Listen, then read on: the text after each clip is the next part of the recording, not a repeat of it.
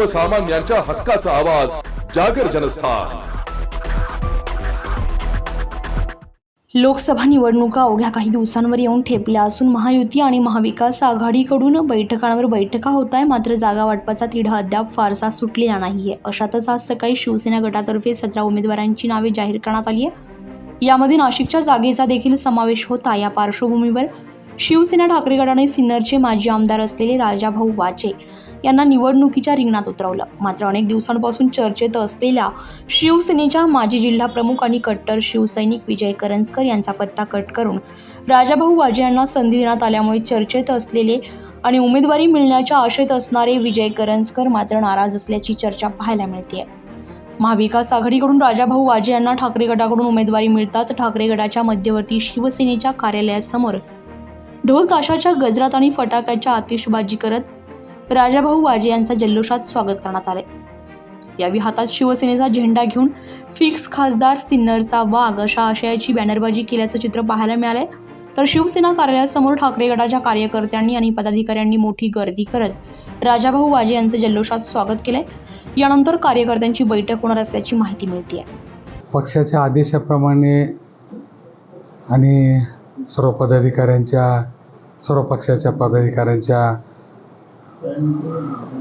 एकत्रित मताप्रमाणे पुढची व्यूहरचना आखली जाईल।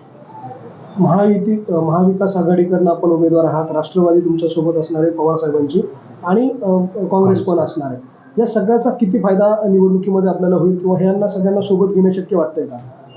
आता ते सगळे सोबत आहेत म्हणूनच आपण इथपर्यंत पोहोचलोय आणि सगळ्यांच्याच आशीर्वादाने सहकार्याने ही निवडणूक लढवण्याची माझी तयारी। काय चॅलेंजेस वाटतं या जागेवरती निवडणूक लढताना? काय आव्हान असणार असं वाटतं आपल्याला समोर? नाही, आता आव्हानं तर खूप आहेत। निवडणूक म्हणजे आव्हानांचं असतात। निवडणूक म्हणजे काही सोपं साधं काही काम नाही।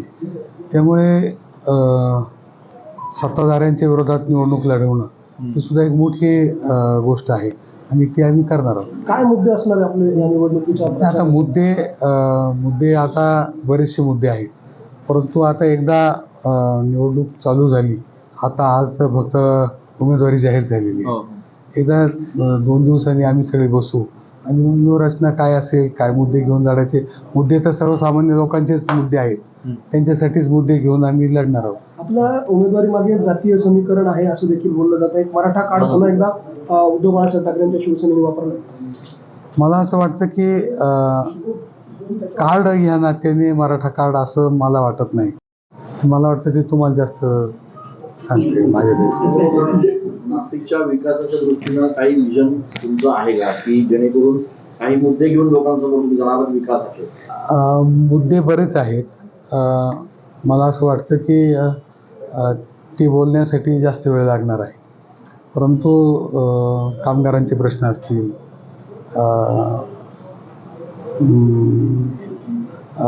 उद्योजकांचे, खास करून शेतकऱ्यांचे जास्त प्रश्न मोठे आहेत। शेतकऱ्यांचे प्रश्न असतील, हे सर्वच आता सर्वजण त्याच्यावरच काम करतायत आणि मी 10-12 वर्षापासून तेच काम करतोय। त्याच्यामुळे मला वाटतं की हे काही नवीन नाही। फक्त एक छोटा मतदारसंघ सिन्नरपुरतं जे आमचं विजन होतं ते आता थोडं विस्तृत करून सगळ्यांच्या सहकार्याने नाशिकसाठी आपल्याला काय करता येईल याचा अभ्यास करून मार्ग काढावा लागेल। आपल्याला जर अशा पद्धतीने भुजबळ आपल्या समोर थेट उभे राहिले नाही, आता 3 पक्ष सगळे एकत्र आहेत। मला वाटतं तेच एक सर्वात मोठं बलस्थान आहे। आदरणीय उद्धव साहेबांचे आणि बाळासाहेबांचे आशीर्वाद आहेत, पवार साहेबांचे आशीर्वाद आहेत, काँग्रेस पक्षाचे सर्वांचे सहकार्य आहे। मला वाटतं हे सगळं चांगलं होईल त्याच्यातून असं मला वाटतं। विजय करंजकर यांच्या नावाची चर्चा होती, जिल्हा प्रमुख राहिले बरेच वर्ष आणि आपली उमेदवारी आली। आता ते पक्षाने ठरवलेलं काय आहे ते, म्हणजे मला त्याच्याबद्दल मी काही बोलू शकणार नाही, मी सांगू शकणार।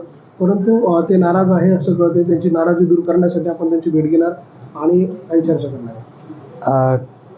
ते जर म्हटले तर बोला का, आता 12-13 वर्षापासून आम्ही बरोबर काम केलेलं आहे। त्यांच्या नेतृत्वाखालीच मी काम केलेलं आहे आतापर्यंत, त्यामुळे त्यांच्याशी बोलायला मला काही अडचण नाही। जागर जनस्थानसाठी भूषण जैन, नाशिक।